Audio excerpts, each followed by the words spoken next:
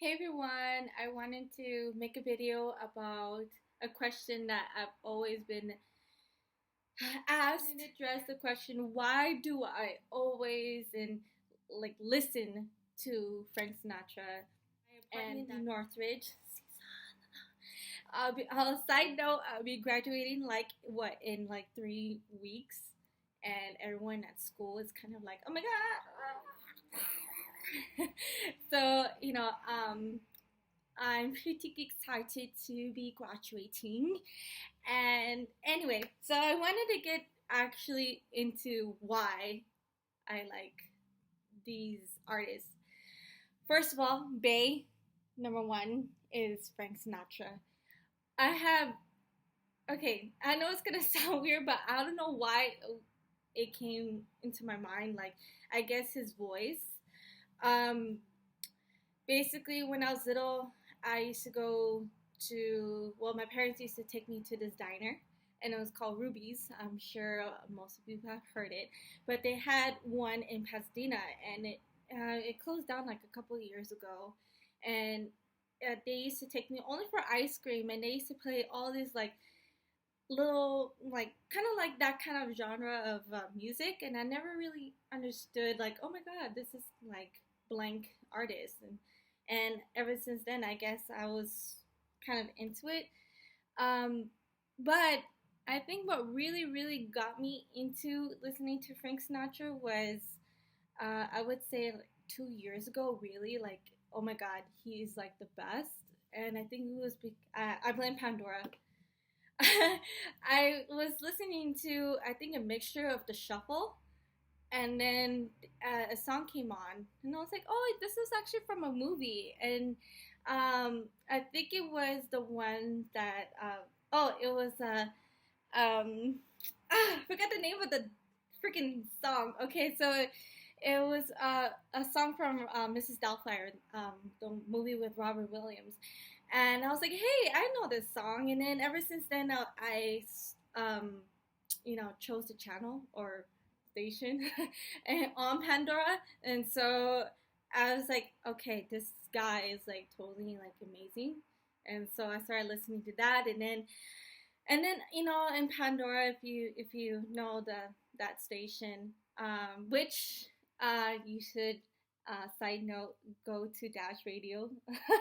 I know that's so like all bad when I'm explaining something, but Dash Radio is like totally awesome, better than Pandora or Spotify. So you should download it now. If Sorry for all this odd British things that I always do. I don't know why. I just always have done since like fifth grade. I never, I don't know. And then another song which I remember was the Chips Ahoy one, the one that, I don't know. I'm a '90s baby, so when that's the song by Sing Sing Sing by Benny Goodman, and it's an old commercial from Chips Ahoy that had, I don't know, I'm gonna describe it to you. That, like, in the commercial, it was Chips Ahoy. Okay, so they had like a big bowl of milk, and then like they had like, I don't know why the spoon had like the, no, it was not it was like spoons. And then I think I don't judge me, okay? This is what I remember when I was little, okay? I haven't seen the commercial in a long time, but the anyway, the action of the commercial was that I think the cookies or the spoons or what have you were like diving into the milk. And then during that song was the Sing Sing Sing by Benny Goodman. And that song came on Pandora, and I was like, oh my god, I remember this song. And then I think all the other commercials that had like these old songs, and in like, it just reminded me of, I guess what really the true answer will be like my childhood. That's why I listen to them, even though my parents, like, they never listened to Frank Sinatra or in front of me. I mean, they listened to it before. They don't, like, they usually like just listen to whatever I'm listening to, whether it's hip hop, pop, or excuse me, that's it. I just ate Chipotle, so excuse me. And so, do that when I'm full, excuse me. Um, and so, that they never really talked about him when I was little. So it just kind of arose when I, I guess when I was in college. It was, I would say 2 years ago, but it was basically my sophomore year, ending my sophomore year into my junior year is when I really started picking up listening to these artists. And my second favorite artist is Glenn Miller. His single is my favorite single personally is Moonlight Serenade. And there's actually a two-part to it because there is a sunrise serenade, which is cool too. I like it, but I personally like Moonlight Serenade. Something about that song really, really, and it's so romantic. And last year when I went to Hawaii with my family, we went to Pearl Harbor. And like when you go to Pearl Harbor, you first have to watch a documentary, and then afterwards, you go like a little ferry to the actual memorial of Pearl Harbor. I forget the name already. I'm blanking out all over the place. I guess it's because of the stupid weather.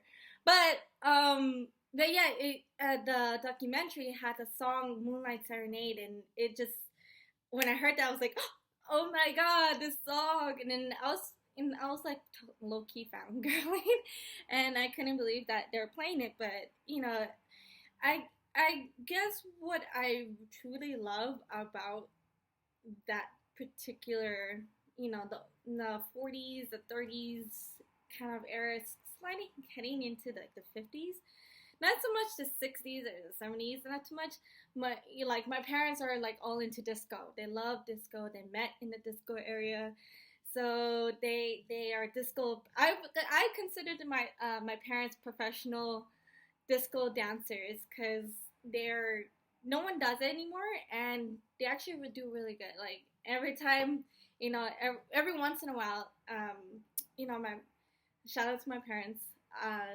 Oh my god, I don't know why. I kind of like every time I think about my parents when I'm far away from them, like I kind of want to like cry, um, because when you're younger, you don't really think about you're kind of like, oh, my parents, oh my god, like it's just like my parents have ruined my life and all these things. And then, when you get older, you kind of just, you know, smile and thank God for, having them in my life, in each other's lives or what have you. And, you kind of, I guess, you see in their eyes that they just want the best for you. And it's kind of like what they always tell you, like if you get into arguments and they say like we just want the best for you and all these things, and then you're kind of like, oh, whatever, you know and then just be dramatic about it. But they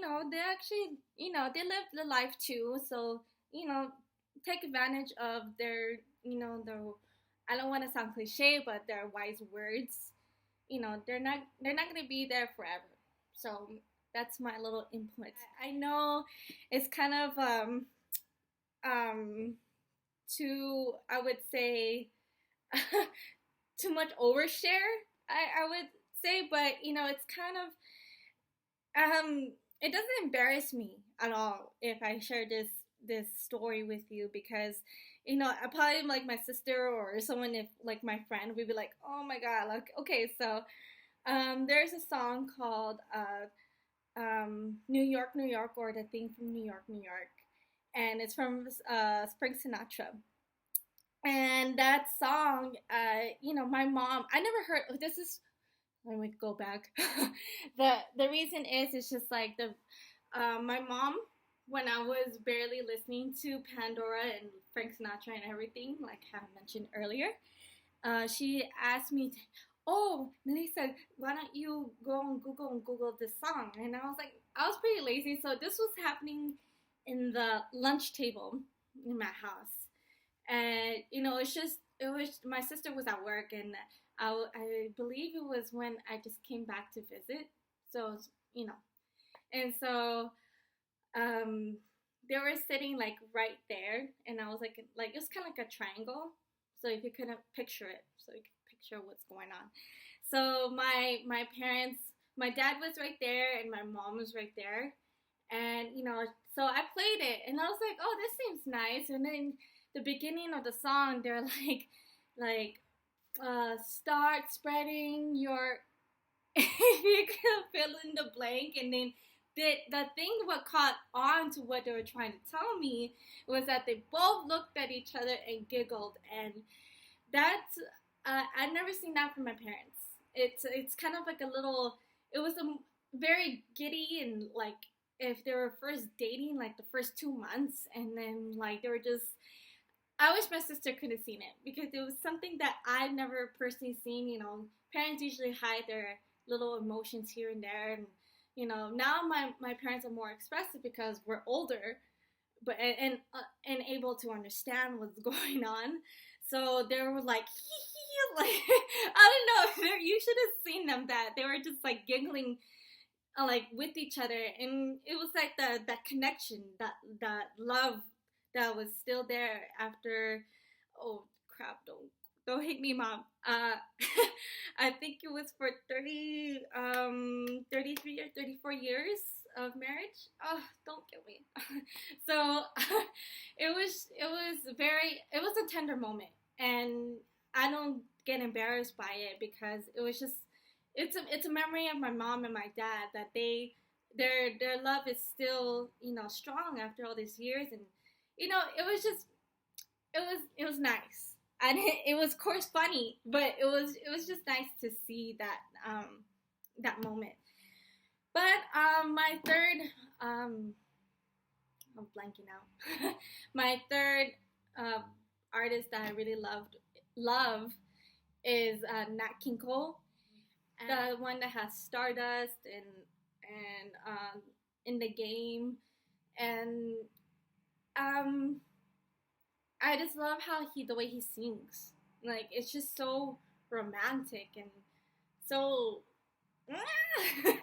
you know I my dad told me that I was romantic, and I think I am. I'm not sure. I would hope so.